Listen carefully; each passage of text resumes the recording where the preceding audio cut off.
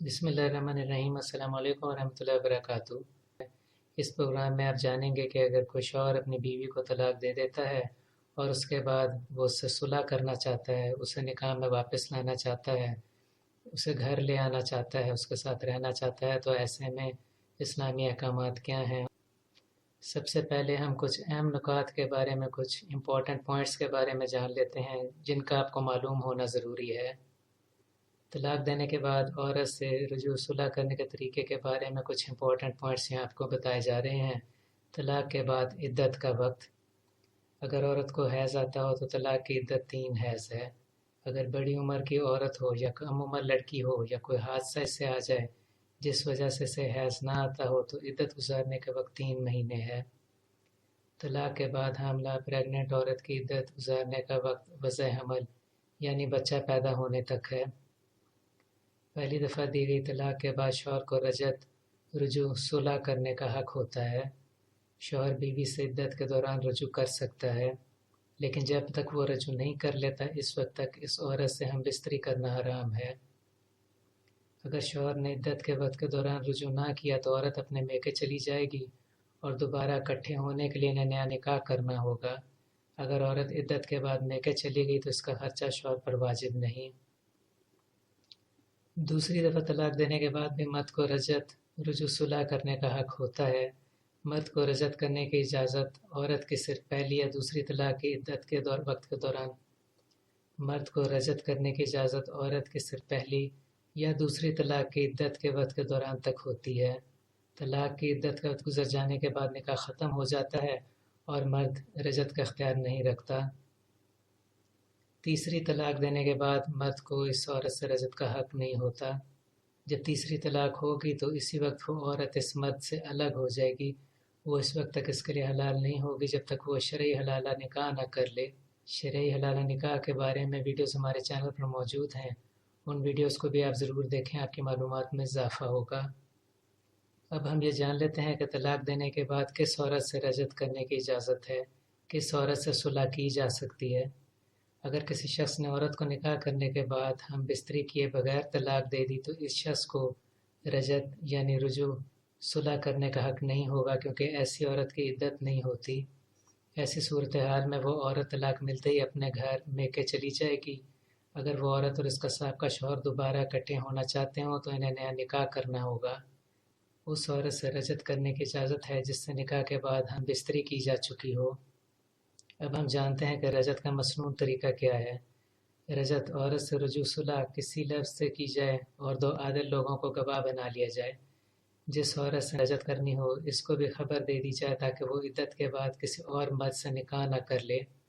अगर अल्फाज के ज़रिए बोल कर रजत ना की या औरत को रजत का मालूम ना था तो भी रजत हो जाएगी, लेकिन खिलाफ सुन्नत होगी और मकरूह हो जाएगी। रजत में औरत की रजामंदी ज़रूरी नहीं। अगर औरत रजत से इनकार कर दे तो भी रजत हो जाती है। रजत हो जाने पर औरत और मर्द का निकाह बहाल हो जाता है। अब हम जान लेते हैं रजत करने के अल्फाज के बारे में कि रजत करने के लिए कौन से अल्फाज अदा किए जाएं। रजत वाज़ेह अल्फाज में करनी चाहिए ताकि कोई शक शुबा ना रहे। रजत के कुछ अल्फाज यहाँ आपको बताए जा रहे हैं। अगर इन अल्फाज के साथ रजत की जाए तो बग़ैर नियत के भी रजत हो जाती है। रजत की नियत करना बहरहाल अफजल है। मैंने तुझसे रजत की, मैंने तुझे वापस अपने निकाह में लिया, तू मेरे निकाह में है, मैंने तुझसे शादी की, या मैंने तुझे रोक लिया कि तू मेरी बीवी है। या अगर कोई कहे मैंने अपनी बीवी से रजत की, मैंने तेरे साथ अपना निकाह बहाल किया, मैंने तुझसे निकाह किया। ये कुछ मिसाल अल्फाज, कुछ मिसाल जुमले हैं जिनको अदा करने से रजत हो जाती है। अगर कोई रजत यहाँ नीचे दिए गए अल्फाज से करेगा या ऐसे अल्फाज से जिनमें वाज़ह रजत का ज़िक्र ना हो तो दिल में रजत करने की नीयत भी करनी होगी, वरना रजत नहीं होगी। मसलन अगर कोई कहे तू मेरे लिए वैसी ही है जैसे पहले थी, या कोई कहे अपनी बीवी से कि तेरा मेरा ताल्लुक़ पहले वाला हो गया, तो ऐसे में ज़रूरी है कि वह शख्स दिल में भी नीयत करे कि वो अपनी बीवी से रजत कर रहा है, वरना रजत यानी सुलह नहीं होगी। मज़ीद ये कि औरत का सिर्फ हाथ पकड़ लेने से या कोई और ऐसा फ़ेल करने से भी रजत हो जाती है, लेकिन वो मकरूह होगी। لہٰذا ضروری ہے کہ دو عادل گواہوں کے سامنے رجت کے واضح الفاظ بولے جائیں۔ عورت سے جمع کرنے سے بھی رجت ہو جاتی ہے، چاہے الفاظ کے ذریعے رجت نہ کی ہو۔ اگر کسی عورت کی عدت کے دوران اس کے شوہر نے رجت کر لی لیکن اس عورت کو پتہ نہ چلا اور اس نے عدت کے بعد کسی دوسرے مرد سے نکاح کر لیا، پھر اس کے پہلے شوہر نے رجت ثابت کر دی، تو اس عورت اور اس کے دوسرے شوہر میں نکاح ختم ہو جائے گا اور وہ عورت پہلے شوہر کے نکاح میں چلی جائے گی، بے شک اگر وہ عورت دوسرے شوہر سے ہم بستری کر چکی ہو اور وہ حمل سے ہو۔ اگر عورت کی پہلی یا دوسری طلاق کی عدت گزرنے کے بعد شوہر کہے کہ اس نے عدت کے دوران ہی اس سے رجوع صلح کر لی تھی، لیکن وہ عورت رجت کی تصدیق نہ کرے، تو لازم ہے کہ شوہر اس کو ثابت کرے۔ اگر مرد نے بیوی کو طلاق دیتے وقت کہا کہ وہ بیوی سے رجت نہیں کرے گا، تو پھر بھی اسے اختیار ہوگا کہ وہ طلاق دینے کے بعد عدت کے وقت کے دوران بیوی سے رجت کر لے، لیکن یہ طلاق تیسری دفعہ دی گئی طلاق نہ ہو۔ مذاق میں عورت سے رجت کرنے یا مذاق میں اس کے ساتھ کوئی ایسا کام کرنے سے جس سے رجت ہو جاتی ہے۔